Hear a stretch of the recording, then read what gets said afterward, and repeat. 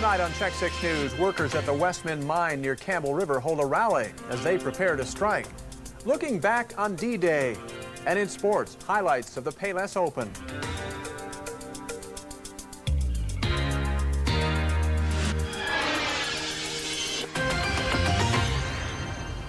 Good evening, everyone. Workers at Westman mine near Campbell River are going out on strike. Canadian Auto Workers Local President Ron Weatherall says workers won't be going back on the job even though the company is lifting its lockout next Friday.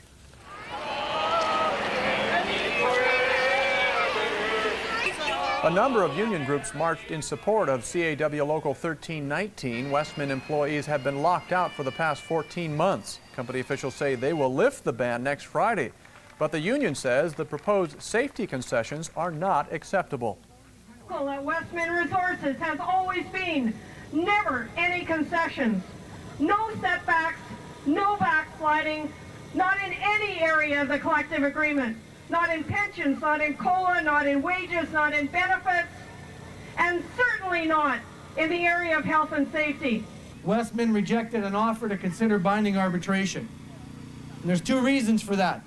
And I think both are very relevant in this case. One is they're stupid, and two is they know their offer is not reasonable enough to stand up to the test of scrutiny by independent, respected mediators and arbitrators in this province. I'd like to tell you... A membership meeting is scheduled to take place in Campbell River tomorrow to discuss the bargaining team's decision.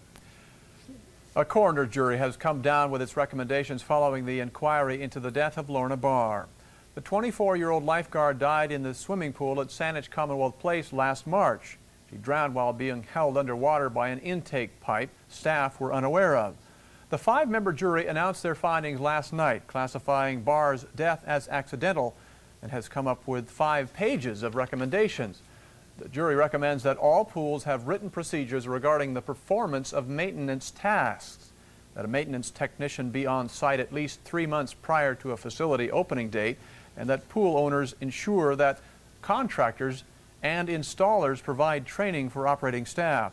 The jury would also like to see plastic intake grates be replaced by stainless steel grates, and among other things, that all piping be properly identified through a standard system of color coding. About 500 members of the BC Medical Association have gathered at the Victoria Conference Centre for their annual meeting. Earlier today, the BCMA released a new proposal to deal with the number of doctors needed to serve health care needs of BC residents in the future. Guest speaker Paul Ramsey says even though BC Medicare has had its share of problems, British Columbia has done a better job of dealing with health care than most provinces. Under increasing pressure as taxpayers ask whether they're getting full value for their money and ask whether there isn't a way to use those health dollars more wisely.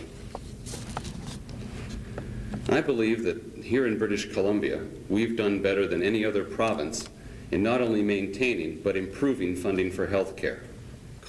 The number of physicians throughout the province is also a key issue. A proposal will be sent to the provincial government, and if accepted, the BCMA will hold a referendum. The physician supply issue is an initiative to limit incoming physicians and the ability to set up practice in overpopulated areas, so that the initiative sets population guidelines and basis of need as coming into the province.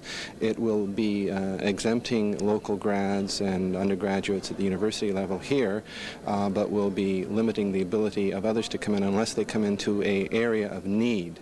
If there's a determined need, then of course they can come into that area. And what it will do, it's not a 100% limitation, but it allows for a reduction in the payment of fees to 50% to those areas where they're not needed if they wish to go there. 3 young men were injured last night after the car they were riding in smashed into a guardrail on Bay Street in Victoria. Police say the driver was a 22-year-old young man. The 78 Toyota Corolla was traveling at least 100 kilometers per hour, according to police. A 35-meter-long guardrail went right through the car, causing serious injuries to a 19-year-old passenger. When it struck the guardrail, that broke, and a portion of the guardrail went through the hood of the vehicle, through the windshield, and it struck one of the passengers in the back seat.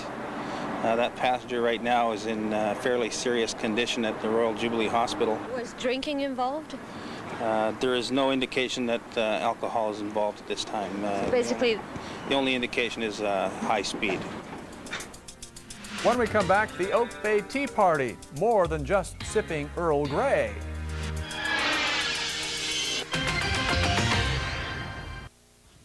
Prime Minister Chrétien is in Portsmouth, England for a dinner marking the 50th anniversary of D-Day. Chrétien joined the Queen and other leaders for an evening of honor for the Allied invasion of Normandy. Earlier in the day, Chrétien attended a ceremony in Gosport, the southern English town that was the staging ground for Canada's invasion troops. The PM said the event stirred boyhood memories for him, reminding him of his 3 older brothers who fought in the Canadian Armed Forces. And U.S. President Bill Clinton is also in England, paying tribute to those who fell during the Second World War.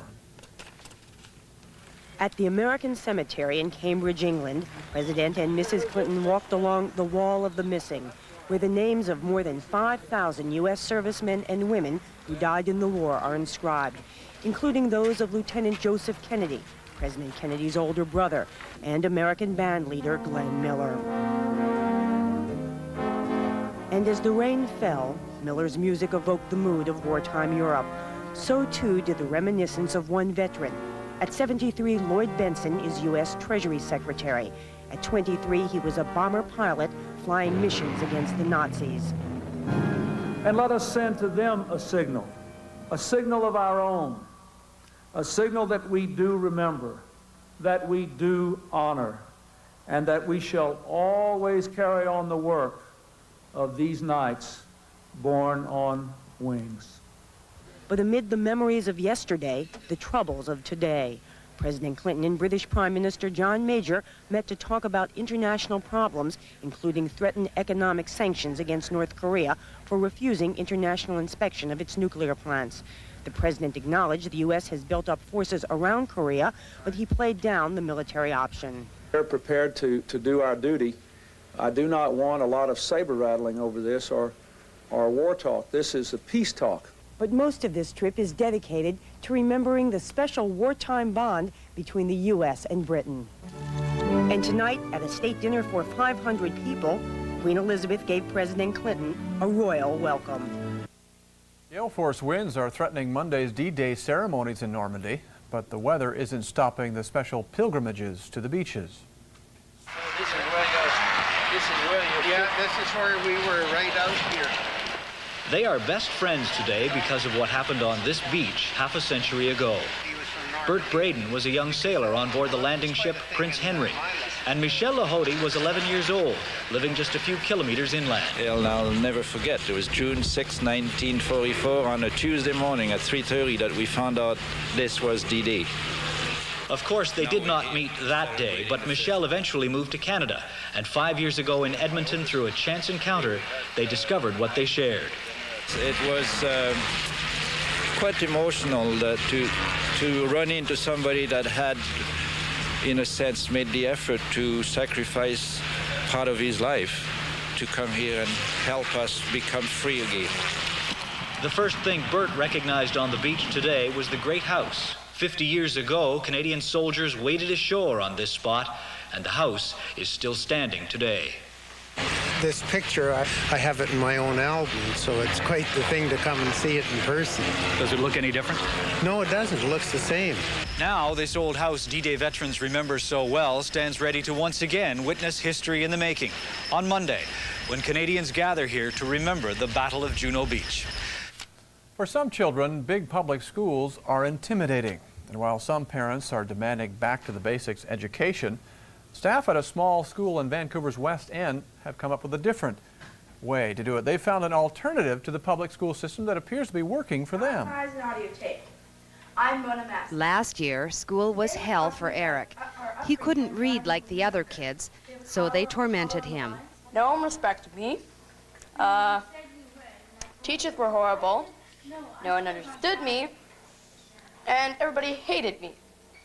We like him. He's our friend. This year, Eric's life has changed. He now goes to Life Song, an independent school, And it works for others like Eric, who just learned better outside the conventional school system. Here he has found friends and a different way to learn. You get to go at your own pace, which is really a lot easier for a lot of the kids, because most of the kids have different paces, right? So it's a lot easier for us. It was just wonderful. It's a small class. I mean, 13, 14 kids is the maximum. I think there were 12. He was the 13th child last year.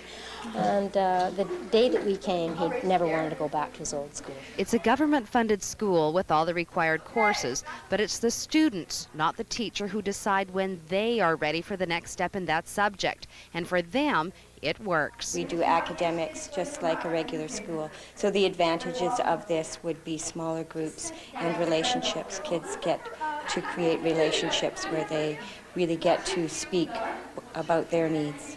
There is no fancy playground or expensive gym equipment, but all the kids from kindergarten to grade 8 are part of a team. They just treat you like you're somebody, and that's the way I feel. I just feel like I'm someone, that you're someone important here. Yeah, that I'm someone. Here, and everybody's important in our school because it's so little. Yeah, like here you're not everybody just knows each other. You're not just one person. You're not just one person off by yourself here. It's like a family. And these kids, the ones others teased and threw rocks at and made them hate school, well, they now fantasize about learning. Studying in New York. And at Harvard or Yale, whichever we get into. The best acting schools. Yeah. So. And what about after that? Well, then we plan to relax. Relax, you know? Where? Paris. Paris. Must be rough. What would summertime be without the Oak Bay Tea Party? Even if the weather isn't exactly cooperating, this is the 32nd annual year for the parade and party. Midway rides, clowns, face painting, and lots of happy children.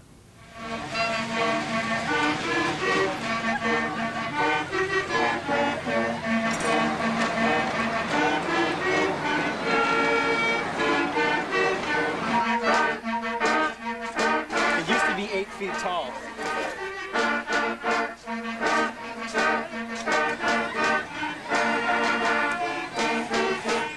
Kind of concerned this morning because of the rain, but the weather changed. We got quite a crowd right now. I would say it's about in the year about 10 to 15,000 people.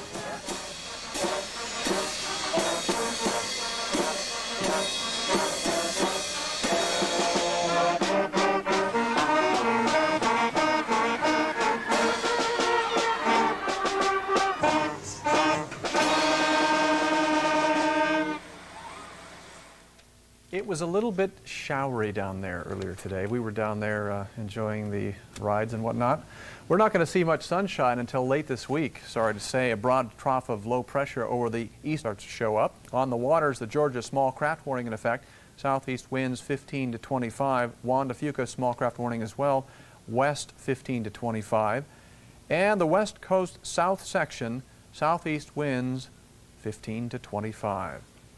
So far the Canucks so good, but it's early.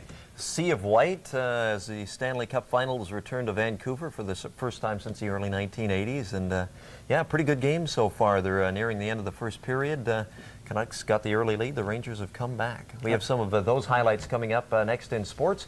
Also, third round highlights from the Victoria Payless Open. Stay tuned.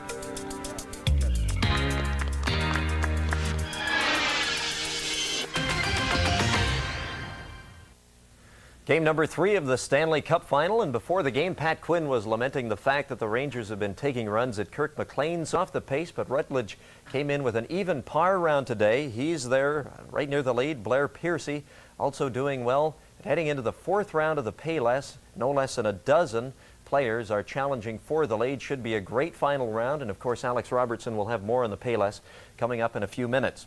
Also today at Centennial Stadium, the Times Colonist International Track Meet.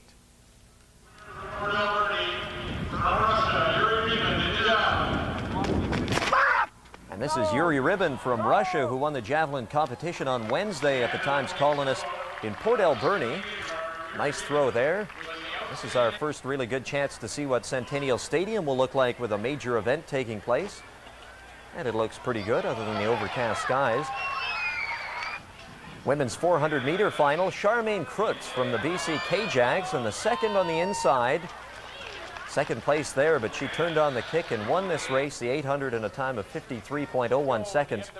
A good tune-up for Canadian athletes as they get ready for the upcoming Canadian Championships and Commonwealth Games trials, which will be taking place at Centennial Stadium at the end of July.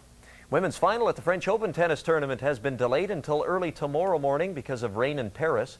Nothing like playing tennis on the mucky clay. Final match did get underway today, but had to be postponed after 3 games. Here are some of the highlights from the opening set. Sanchez Vicario, the number 2 seed, serving against number 12, Mary Pierce. Had a good rally to open the match. Sprinkle a little heavier now.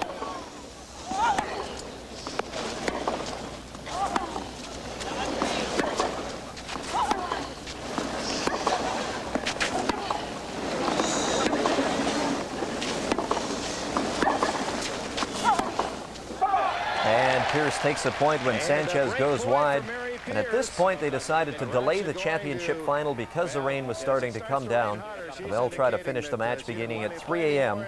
our time on Sunday morning. Baseball, the wind was blowing out at Wrigley Field this afternoon. That was good news for the Montreal Expos. Marcus Grissom with a leadoff home run to start the game to left center off of Willie Banks. That makes it 1-0. Larry Walker had a good game too. He takes this one to the other side of the diamond off of Banks. His 8th home run of the season. 3-0 Montreal after 1 inning. Will Cordero also got in on the act a little bit later. The Expos hand the Cubs their 5th consecutive loss. 6-1 the final score here. Montreal 3 back of Atlanta in the East. Cordero did Jose Bautista's very first. And the Toronto Blue Jays are also continuing their Western road trip in Seattle tonight. Last night, the Jays ended a 9-game losing streak with a 9-6 win over the Mariners. And they'll continue that series at the Kingdome tonight. And getting back to golf for just one moment, Mark Brooks brought a 2-shot lead into the 3rd round of the Kemper Open. This is Bobby Watkins, who began the day 2 shots back of the lead. Watkins looking for his first win on the PGA Tour, and he may get it this weekend if he keeps chipping like this. Watkins. Just about where Mark O'Mara was a moment ago. Oh, and a great round for Watkins. Fun to watch these guys play, unless, of course, that you're lying around the golf course and you've passed out.